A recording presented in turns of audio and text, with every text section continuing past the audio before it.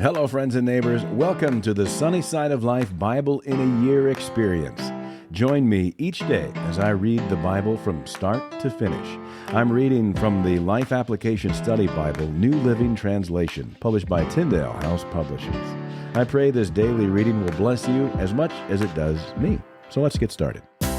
April 3rd, 2 Samuel chapters 16 through 18. When David had gone a little beyond the summit of the Mount of Olives, Ziba, the servant of Mephibosheth, was waiting there for him. He had 2 donkeys loaded with 200 loaves of bread, 100 clusters of raisins, 100 bunches of summer fruit, and a wineskin full of wine.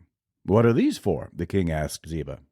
Ziba replied, "The donkeys are for the king's people to ride on, and the bread and summer fruit are for the young men to eat. The wine is for those who become exhausted in the wilderness." "And where is Mephibosheth, Saul's grandson?" the king asked him. "He stayed in Jerusalem," Ziba replied. "He said, 'Today I will get back the kingdom of my grandfather Saul.'" "In that case," the king told Ziba, "I give you everything Mephibosheth owns." "I bow before you," Ziba replied. "May I always be pleasing to you, my lord the king." As King David came to Bahurim, a man came out of the village cursing them. It was Shimei, son of Gera, from the same clan as Saul's family. He threw stones at the king and the king's officers and all the mighty warriors who surrounded him. "Get out of here, you murderer, you scoundrel!" he shouted at David. "The Lord is paying you back for all the bloodshed in Saul's clan. You stole his throne, and now the Lord has given it to your son Absalom. At last you will taste some of your own medicine, for you are a murderer." "Why should this dead dog curse my lord the king?" Abishai, son of Zeruiah, demanded. "Let me go over and cut off his head." "No," the king said. "Who asked your opinion, you sons of Zeruiah? If the Lord has told him to curse me, who are you to stop him?" Then David said to Abishai and to all his servants, "My own son is trying to kill me. Doesn't this relative of Saul have even more reason to do so? Leave him alone and let him curse, for the Lord has told him to do it. And perhaps the Lord will see that I am being wronged and will bless me because of these curses today." So David and his men continued down the road, and Shimei kept pace with them on a nearby hillside, cursing and throwing stones and dirt at David. The king and all who were with him grew weary along the way, so they rested when they reached the Jordan River. Meanwhile, Absalom and all the army of Israel arrived at Jerusalem, accompanied by Ahithophel. When David's friend Hushai the Archite arrived, he went immediately to see Absalom. "Long live the king!" he exclaimed. "Long live the king!" "Is this the way you treat your friend David?" Absalom asked. "Why aren't you with him?" "I'm here because I belong to the man who was chosen by the Lord and by all the men of Israel," Hushai replied. "And anyway, why shouldn't I serve you? Just as I was your father's adviser, now I will be your adviser." Then Absalom turned to Ahithophel and asked him, "What should I do next?" Ahithophel told him, "Go and sleep with your father's concubines, for he has left them here to look after the palace. Then all Israel will know that you have insulted your father beyond hope of reconciliation, and they will throw their support to you." So they set up a tent on the palace roof where everyone could see it, and Absalom went in and had sex with his father's concubines.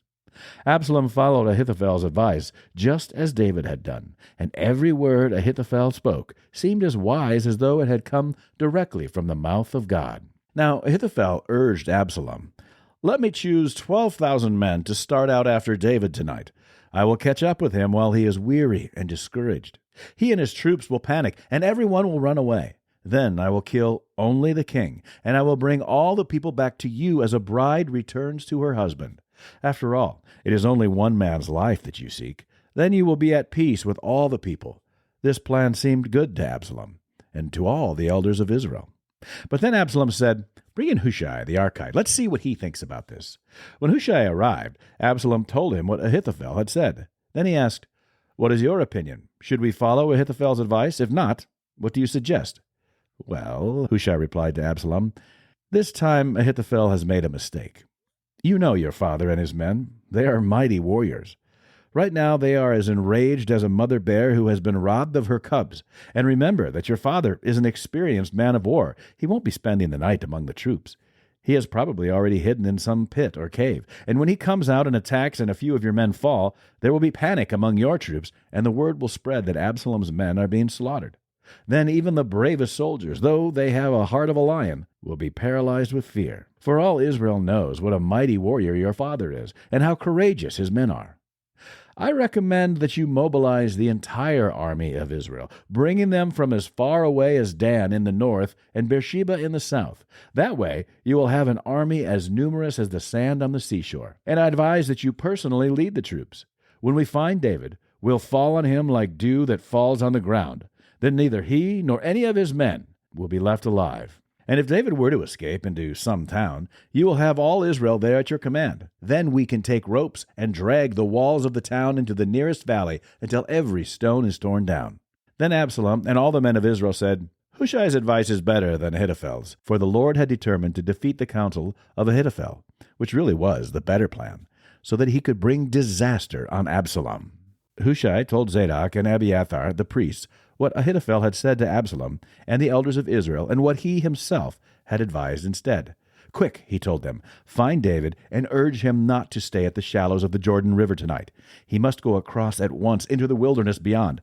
Otherwise he will die, and his entire army with him." Jonathan and Ahimaaz had been staying at Enrogel, as not to be seen entering and leaving the city. Arrangements had been made for a servant girl to bring them the message they were to take to King David. But a boy spotted them at Enrogel, and he told Absalom about it. So they quickly escaped to Bahurim, where a man hid them down inside a well in his courtyard. The man's wife put a cloth over the top of the well and scattered grain on it to dry in the sun, so no one suspected they were there. When Absalom's men arrived, they asked her, "Have you seen Ahimaaz and Jonathan?" The woman replied, "They were here, but they crossed over the brook." Absalom's men looked for them without success and returned to Jerusalem. Then the two men crawled out of the well and hurried on to King David. "Quick," they told him, "cross the Jordan tonight." And they told him how Ahithophel had advised that he be captured and killed. So David and all the people with him went across the Jordan River during the night, and they were all on the other bank before dawn. When Ahithophel realized that his advice had not been followed, he saddled his donkey, went to his hometown, set his affairs in order, and hanged himself. He died there and was buried in the family tomb. David soon arrived at Mahanaim. By now, Absalom had mobilized the entire army of Israel and was leading his troops across the Jordan River. Absalom had appointed Amasa as commander of his army, replacing Joab, who had been commander under David. Amasa was Joab's cousin. His father was Jether, an Ishmaelite. His mother, Abigail, daughter of Nahash, was the sister of Joab's mother, Zeruiah. Absalom and the Israelite army set up camp in the land of Gilead. When David arrived at Mahanaim, he was warmly greeted by Shobi, son of Nahash, who came from Rabbah of the Ammonites, and by Makir, son of Amiel, from Lo-debar, and by Barzillai of Gilead, from Rogelim. They brought sleeping mats, cooking pots, serving bowls, wheat and barley, flour and roasted grain, beans, lentils, honey, butter, sheep, goats, and cheese for David and those who were with him. For they said, "You must all be very hungry and tired and thirsty after your long march through the wilderness." David now mustered the men who were with him and appointed generals and captains to lead them. He sent the troops out in 3 groups, placing one group under Joab, one under Joab's brother Abishai, son of Zeruiah, and one under Ittai, the man from Gath. The king told his troops, "I am going out with you."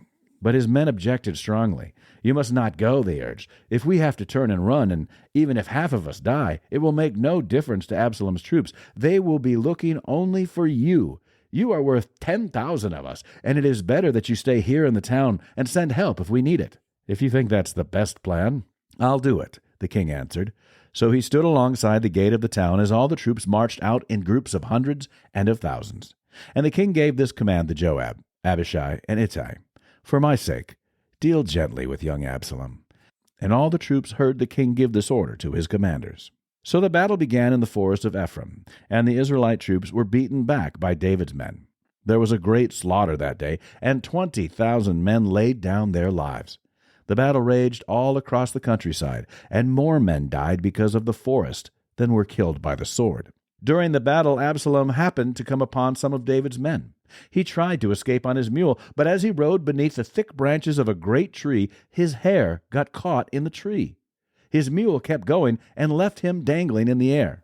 One of David's men saw what had happened and told Joab, "I saw Absalom dangling from a great tree." "What?" Joab demanded. "You saw him there and didn't kill him? I would have rewarded you with 10 pieces of silver and a hero's belt." "I would not kill the king's son for even 1,000 pieces of silver," the man replied to Joab. We all heard the king say to you and Abishai and Ittai, 'For my sake, please spare young Absalom.' And if I had betrayed the king by killing his son, and the king would certainly find out who did it, you yourself would be the first to abandon me." "Enough of this nonsense," Joab said. Then he took 3 daggers and plunged them into Absalom's heart as he dangled, still alive, in the great tree. 10 of Joab's young armor-bearers then surrounded Absalom and killed him. Then Joab blew the ram's horn, and his men returned from chasing the army of Israel.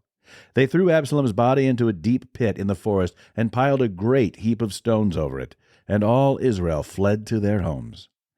During his lifetime, Absalom had built a monument to himself in the king's valley, for he said, "I have no son to carry on my name." He named the monument after himself, and it is known as Absalom's monument to this day.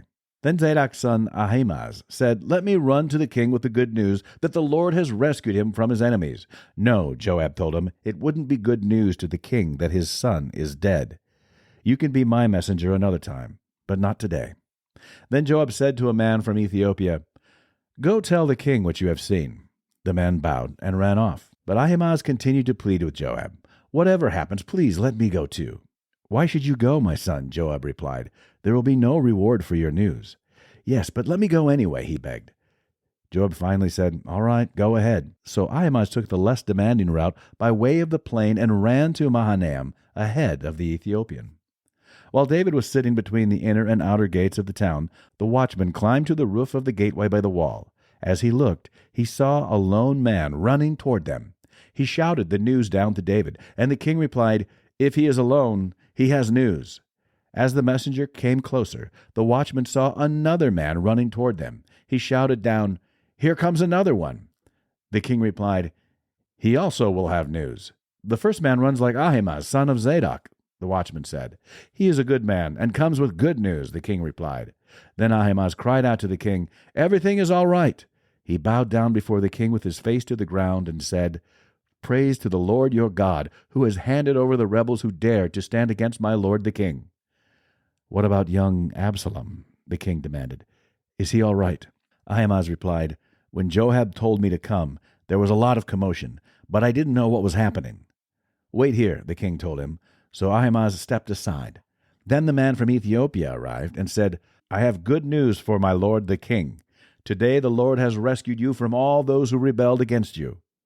"What about young Absalom?" the king demanded. "Is he all right?" And the Ethiopian replied, "May all of your enemies, my lord the king, both now and in the future, share the fate of that young man." The king was overcome with emotion. He went up to the room over the gateway and burst into tears. And as he went, he cried, "Oh, my son Absalom, my son Absalom! If only I had died instead of you. Oh, Absalom, my son, my son." That's it for today, friends. Feel free to read ahead on your own. Before I go, let's share the Lord's Prayer together. Our Father who art in heaven, hallowed be thy name. Thy kingdom come, thy will be done, on earth as it is in heaven. Give us this day our daily bread, and forgive us our trespasses, as we forgive those who trespass against us. Lead us not into temptation, but deliver us from evil. For thine is the kingdom, and power, and the glory forever.